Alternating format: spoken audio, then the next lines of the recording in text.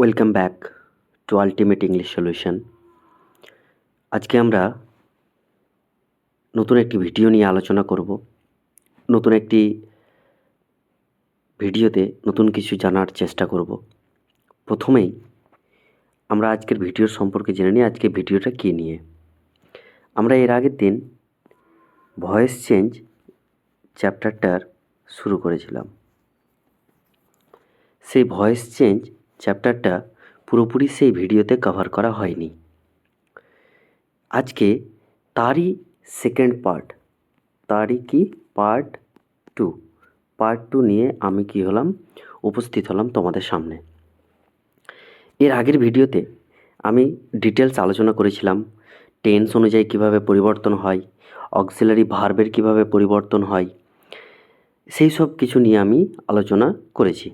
এবার sentence wise কি করব, আমরা কিভাবে ভয়েস চেঞ্জ করি সেই সব জিনিসগুলো নিয়ে আলোচনা করব। প্রথমেই দেখে নাও আমরা কোন সেন্টেন্সে আছি, অ্যাসার্টিভ সেন্টেন্স। আচ্ছা, অ্যাসার্টিভ সেন্টেন্স কাকে বলে? অ্যাসার্টিভ সেন্টেন্স হচ্ছে an assertive sentence states a fact, opinion or belief. কি বলতে চাইলো? কোনো তথ্য, কোনো মতবাদ অথবা কোনো বিশ্বাস, এসব কিছু নিয়ে আলোচনা করবে। আমি যদি সাধারণভাবে বলার চেষ্টা করি তাহলে অ্যাসার্টিভ সেন্টেন্সের ফরমেশন হচ্ছে সাবজেক্ট, ভার্ব এবং অবজেক্টের শেষে ফুল স্টপ। এই সব সেন্টেন্সকে আমরা কি বলবো? অ্যাসার্টিভ সেন্টেন্স বলবো। এবার দেখো ফরমেশন কি, সাবজেক্ট থাকবে, ভার্ব থাকবে, আরেকটা কি থাকবে, অন্য কোনো ওয়ার্ড অথবা অবজেক্ট থাকবে। এই ধরনের সেন্টেন্সকে আমরা কি করে প্যাসিভ করব? দেখো আমরা প্যাসিভ ভয়েস করার সময় কি জানি, যদি আমাদের অ্যাক্টিভ ভয়েসে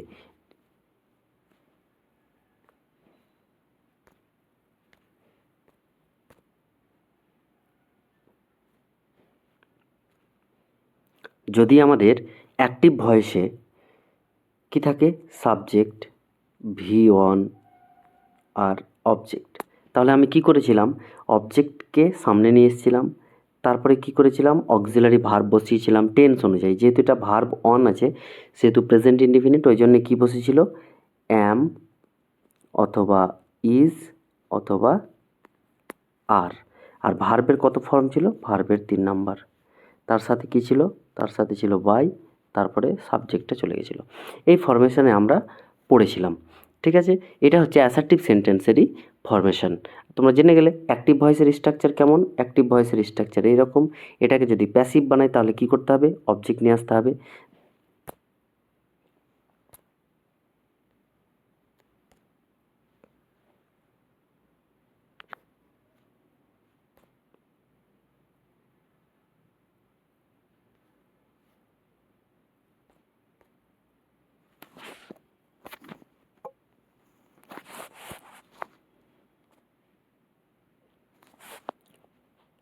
তাহলে কি করতে হবে, প্রথমে আমাদের অবজেক্ট নিয়ে আসতে হবে। ঠিক আছে, তারপরে কি করতে হবে, তারপরে অ্যাম, ইজ, আর, ঠিক আছে, তারপরে ভার্ব 3, তারপরে বাই, তারপরে সাবজেক্টটা শেষে চলে যাবে। এটা হচ্ছে আমাদের প্যাসিভ ভয়েসের ফরমেশন। এই ফরমেশনেই কিন্তু আমাদের ভয়েস চেঞ্জটা শুরু করেছি। যেমন দেখো প্রথমেই আছে অ্যাক্টিভ ভয়েস দেখাচ্ছে এখানে। অ্যাক্টিভ ভয়েসে কী রয়েছে, অ্যাক্টিভ ভয়েসে রয়েছে the committee approves the proposal. মানে একটা প্রপোজাল দেওয়া হয়েছে, সেই প্রপোজালটা অ্যাপ্রুভ কে করেছে, অ্যাকসেপ্ট কে করেছে, গ্রহণ কে করে নিয়েছে, কমিটি। তাহলে এখানে ভার্ব বুঝতেই পারছো তোমরা, ভার্ব কী আছে, 1 নম্বর ফর্ম, প্রপোজাল হচ্ছে অবজেক্ট আর কমিটি হচ্ছে সাবজেক্ট। তাই করেছে, অবজেক্টকে সামনে নিয়ে এসছে দ্য প্রপোজাল। এবার দেখো প্রপোজাল সিঙ্গুলার না প্লুরাল, সিঙ্গুলার নাকি প্লুরাল? প্রপোজাল অবশ্যই সিঙ্গুলার। তো সিঙ্গুলার যদি হয় তাহলে যেহেতু আমাদের টেন্স প্রেজেন্ট ইনডিফিনিট, আর প্রেজেন্ট ইনডিফিনিটের কি অক্সিলারি কি অ্যাম, ইজ অথবা আর। তাহলে তোমরা বুঝতেই পারছো যে যেহেতু সিঙ্গুলার, তাহলে সিঙ্গুলার টেন্স যেহেতু সিঙ্গুলার, তাহলে সিঙ্গুলারের পাশে আমাদের কি বসে, অবশ্যই ইজ বসে। তাই কি করেছে, ইজ বসিয়েছে। ভার্বের কত ফর্ম আসে, 3 নাম্বার। তাহলে অ্যাপ্রুভ এখানে ভার্ব 1, তাহলে 3 নম্বর ফর্ম হচ্ছে অ্যাপ্রুভড, অ্যাপ্রুভড। 2 নম্বর হচ্ছে অ্যাপ্রুভড, 3 নম্বরও অ্যাপ্রুভড। তারপরে বাই বসিয়েছে রুলস অনুযায়ী। তারপরে সাবজেক্টটা কোথায় চলে গেছে, অবজেক্টের জায়গায়, কমিটি। বুঝতে পেরেছো নিশ্চয়ই। নিচে সেম এক্সাম্পলগুলো দেওয়া আছে। 1 নম্বরে এক্সাম্পল দেওয়া আছে, আছে সি লাভস পেন্টিং, সে চিত্রাঙ্কন ভালোবাসে, painting is loved by her. এগুলো নর্মাল, বুঝতেই পারছো। এবারে আমরা নেক্সট সেন্টেন্সে যাব, সেটা হচ্ছে ইন্টারোগেটিভ সেন্টেন্স। আমাদের কোন সেন্টেন্স আছে? ইন্টারোগেটিভ। ইন্টারোগেটিভ সেন্টেন্স তোমরা জানো, যেসব সেন্টেন্সের দ্বারা কী করা বোঝায়? কোশ্চেন করা বোঝায়, ঠিক আছে? সেই সব সেন্টেন্সকে আমরা বলবো ইন্টারোগেটিভ সেন্টেন্স। তার আগে ইন্টারোগেটিভ সেন্টেন্সের কি আছে? ভাগ আছে। ইন্টারোগেটিভ সেন্টেন্সকে আমরা দুভাগে ভাগ করি। একটা হচ্ছে yes no question, yes oblique no, আরেকটা হচ্ছে ডব্লিউএইচ। তাহলে দু ধরনের ইন্টারোগেটিভ সেন্টেন্স হয়। একটা হচ্ছে ইয়েস নো কোশ্চেন, মানে যেসব প্রশ্নের উত্তর হ্যাঁ অথবা না দিয়ে দেওয়া যায়, সেই সব প্রশ্নকে বলা হয় ইয়েস নো কোশ্চেন। যেমন আমি জিজ্ঞেস করলাম, ডু ইউ লাইক কফি? তাহলে আমি যদি কোশ্চেন করি, কি কোশ্চেন করি? বললাম যে do you like tea, TEA, ঠিক আছে? তাহলে কি করবে তুমি যদি উত্তর দাও তো কীভাবে উত্তর দেবে? তুমি উত্তর দেবে যে যদি পছন্দ করো তাহলে বলবে ইয়েস, ঠিক আছে? যদি পছন্দ করো তাহলে কি বলবে? ইয়েস। আর যদি পছন্দ না করো তাহলে বলবে নো। সিম্পল। তাহলে এই জন্যেই এই ধরনের সেন্টেন্সকে বলা হয় ইয়েস নো কোশ্চেন বা ইয়েস নো ইন্টারোগেটিভ সেন্টেন্স। হয়ে গেল। এবার ডব্লিউএইচ।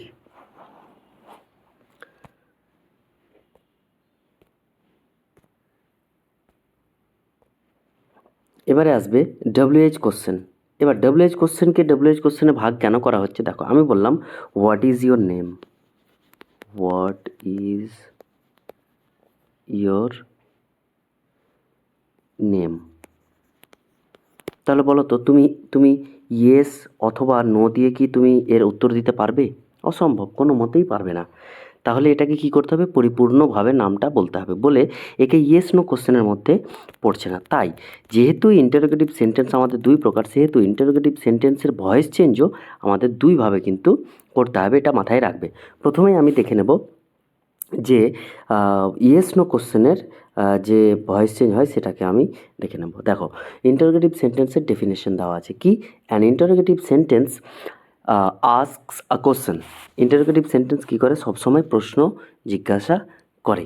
দেখো, এখানে আছে যে প্রথমেই দিয়েছে, বাম দিকের কলামে রয়েছে টেন্স, তারপরে রয়েছে অ্যাক্টিভ স্ট্রাকচার আর প্যাসিভ স্ট্রাকচার। তাহলে ইন্টারোগেটিভ সেন্টেন্সের যদি যে কোনো টেন্সেরই অ্যাক্টিভ স্ট্রাকচার কেমন, প্যাসিভ স্ট্রাকচার কেমন, সেটা এখানে আলোচনা করা আছে। আমি বলে দিচ্ছি। দেখো, প্রথমেই রয়েছে কি? Present indefinite. তো প্রেজেন্ট ইনডিফিনিটের স্ট্রাকচার আমরা কি জানি? প্রেজেন্ট ইনডিফিনিটের অ্যাক্টিভের অক্সিলারি হচ্ছে ডু অথবা ডাজ। মাথায় রাখবে। কি স্ট্রাকচার না, কি অক্সিলারি ভার্ব? অ্যাক্টিভের অক্সিলারি হচ্ছে ডু অথবা ডাজ। এবার সেই ডু অথবা ডাজ প্যাসিভে গিয়ে কি কি রূপ ধারণ করবে? ডু অথবা ডাজ প্যাসিভে গিয়ে হবে অ্যাম, ইজ অথবা আর।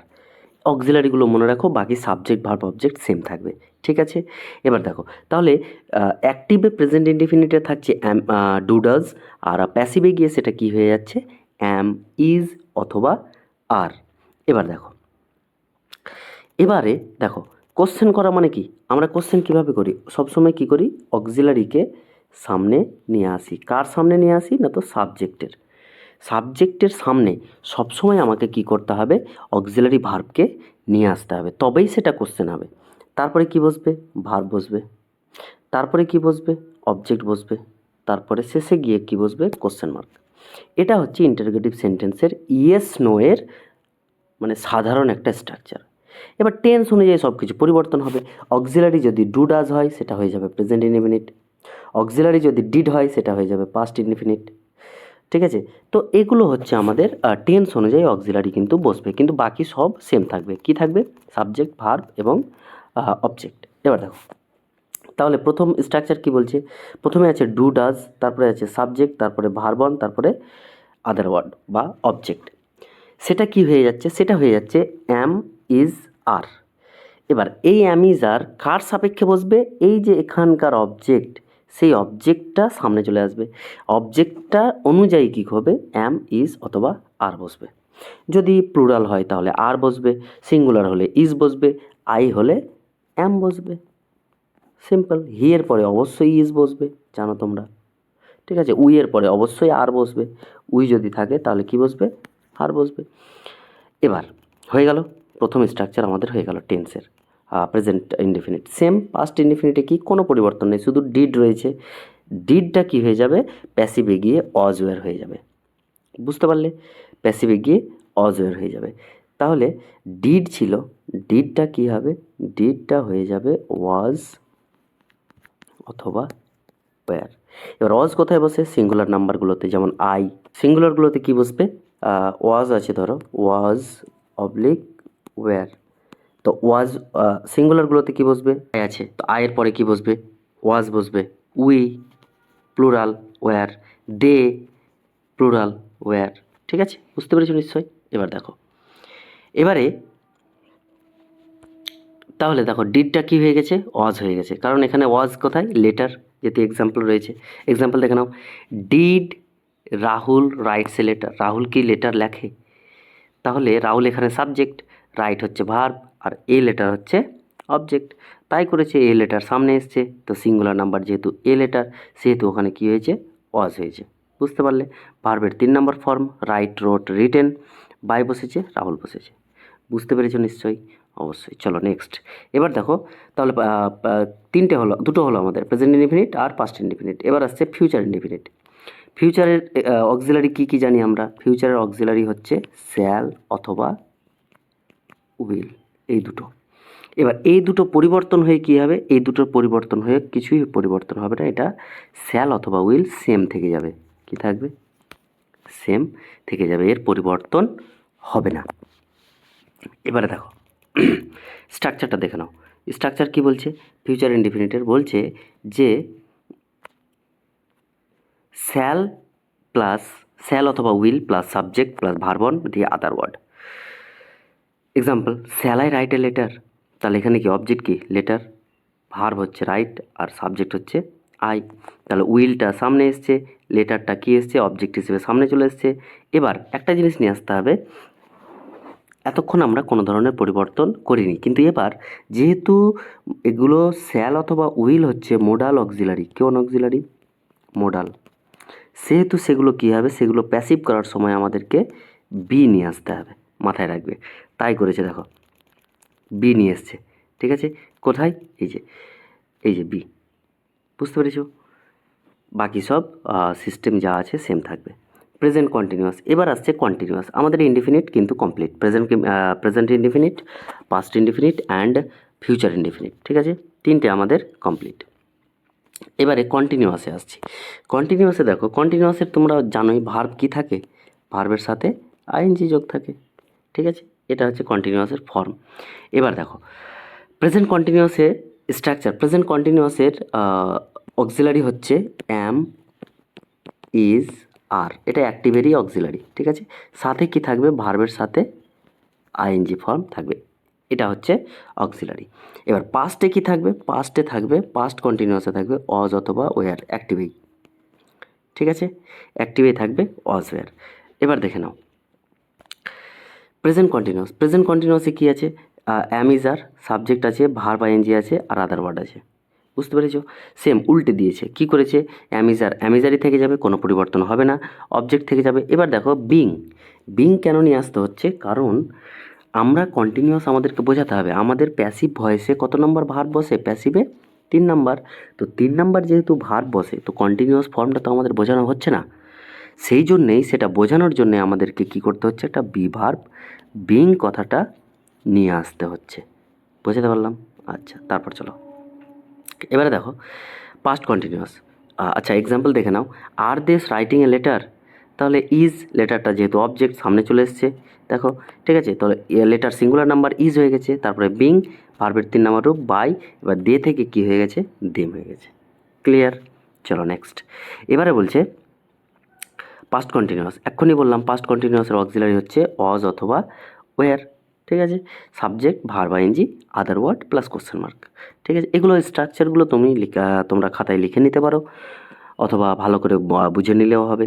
তারপরে দেখো কি করেছে, অজয়েরই থেকে গেছে, অবজেক্ট সামনে চলে এসছে, বিং নিয়ে এসছে, ভার্বের 3 নম্বর form by subject question mark.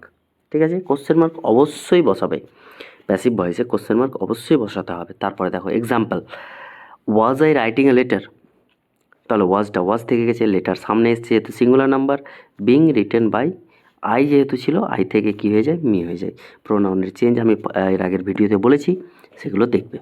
এবার দেখো চলে এলাম ইনডিফিনিট শেষ, কন্টিনিউয়াস শেষ। এবার আসছে পারফেক্ট। পারফেক্ট দেখো, পারফেক্টের অক্সিলারি হচ্ছে হ্যাভ অথবা হ্যাজ, এটা হচ্ছে প্রেজেন্টের। ঠিক আছে, পাস্টের কি, পাস্টের অক্সিলারি হচ্ছে হ্যাড। বুঝতে পারলাম। এবার দেখো আমরা যেমন কন্টিনিউয়াসের ক্ষেত্রে একটা ওয়ার্ড নিয়ে এলাম, সেটা হচ্ছে কি, কন্টিনিউয়াসের ক্ষেত্রে ওয়ার্ড নিয়ে এসেছি আমরা বিং, কী নিয়ে এসেছি, বিং। সেই রকমই পারফেক্ট টেন্সের আমরা ভয়েস চেঞ্জ যখন করতে যাব, সেখানে আমাদের একটা ওয়ার্ড নিয়ে আসতে হবে, সেটা হচ্ছে বিন। বুঝতে পেরেছো নিশ্চয়ই? হ্যাঁ। তারপরে দেখো বলছে হ্যাভ অবলিক হ্যাজ, সাবজেক্ট, ভার্বের 3 নম্বর ফর্ম এবং আদার ওয়ার্ড, শেষে কোশ্চেন মার্ক। এক্সাম্পল কি দিয়েছে, have we written a letter, আমরা কি চিঠি লিখেছি। ঠিক আছে, তাহলে এখানে সাবজেক্ট বুঝতেই পারছো উই, আর অবজেক্ট এ লেটার, ভার্ব হচ্ছে রিটেন। এবার দেখো হ্যাভের সাথে সবসময় কি ইউজ হয়, পারফেক্ট টেন্সে সবসময় অ্যাক্টিভ ভয়েসে ভিতরি ইউজ হয়, আর প্যাসিভে তো ভিতরি হবেই। ঠিক আছে, চলো এবার এবার এর প্যাসিভ ভয়েসটা দেখে নেব। প্যাসিভ ভয়েসটা কি রয়েছে, প্যাসিভ ভয়েসটা রয়েছে যে হ্যাঁ, প্যাসিভ ভয়েসটা রয়েছে দেখো, হ্যাভ হ্যাজ সামনে চলে এসছে, অবজেক্ট সামনে এসছে, এই যে বললাম বিন নিয়ে আসতে হবে, সেই বিনটা অবজেক্টের পরে বসাতে হবে, ভার্ব 3 বসাতে হবে, বাই সাবজেক্ট কোশ্চেন মার্ক। বুঝতে পেরেছো?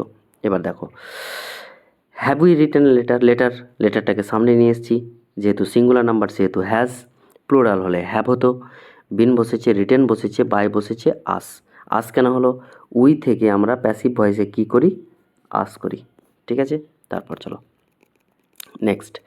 এবার আসছে পাস্ট পারফেক্ট, কোনো পরিবর্তন নেই। তুমি দেখো প্রেজেন্ট পারফেক্ট আর পাস্ট পারফেক্ট থেকে একটাই পরিবর্তন, এখানে প্রেজেন্ট পারফেক্টে আছে হ্যাভ হ্যাজ, আর পাস্ট পারফেক্টে আছে হ্যাড, বাকি সব সেম রয়েছে, কোনো ধরনের পরিবর্তন হয়নি। তোমরা নিশ্চয়ই ভালো করে দেখতে পাচ্ছ।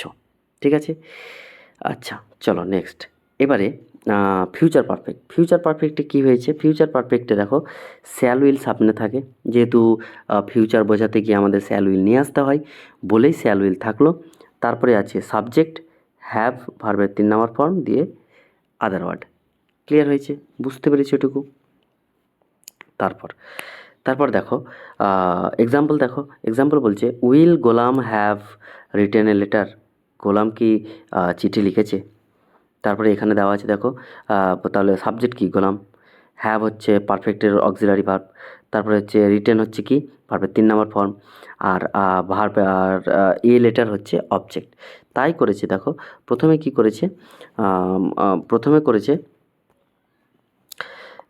যে উইলটাকে সামনে নিয়ে এসছে, লেটার যেহেতু সিঙ্গুলার নাম্বার বলে তাকে থার্ড পার্সন সিঙ্গুলার নাম্বার বলে উইল বসিয়েছে। ঠিক আছে, হ্যাভ বসেছে, তারপরে যেহেতু পারফেক্ট সেহেতু বিন, আর ভার্বের 3 নম্বর ফর্ম বাইব দিয়ে সাবজেক্ট।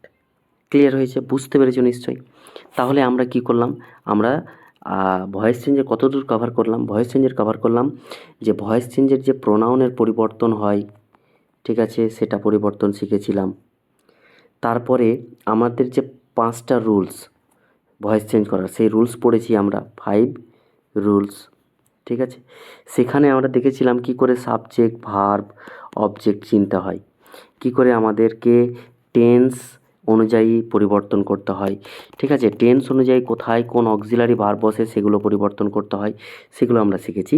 আর আজকের ভিডিওতে আমরা শিখলাম যে অ্যাসার্টিভ সেন্টেন্স, অ্যাসার্টিভ, ঠিক আছে, আর ইন্টেরোগেটিভ। ঠিক আছে, ইন্টারোগেটিভ সেন্টেন্সের দুটোর ভয়েস চেঞ্জ আমরা দেখলাম, কিন্তু একটা জিনিস আমরা দেখলাম না, ইন্টারোগেটিভের আমরা কি দেখেছি, ইন্টারোগেটিভের আমরা ইয়েস নো কোশ্চেন দেখলাম, আমরা কিন্তু ডব্লিউএইচ কোশ্চেন দেখিনি। এর পরের ভিডিওতে আমি আলোচনা করব, যেহেতু ভিডিও বড় হয়ে যাচ্ছে সেহেতু এর পরের ভিডিওতে ডব্লিউএইচ কোশ্চেনের যে ভয়েস চেঞ্জ, সেই ভয়েস চেঞ্জটা আলোচনা করব এবং ইম্প্যারেটিভ সেন্টেন্সের ইম্প্যারেটিভ বানান ভুল হচ্ছে, IM, ঠিক আছে, PERATIV, ইম্প্যারেটিভ সেন্টেন্সের যে ভয়েস চেঞ্জ, সেই ভয়েস চেঞ্জগুলো আলোচনা করব। Till then tata, bye bye, thank you.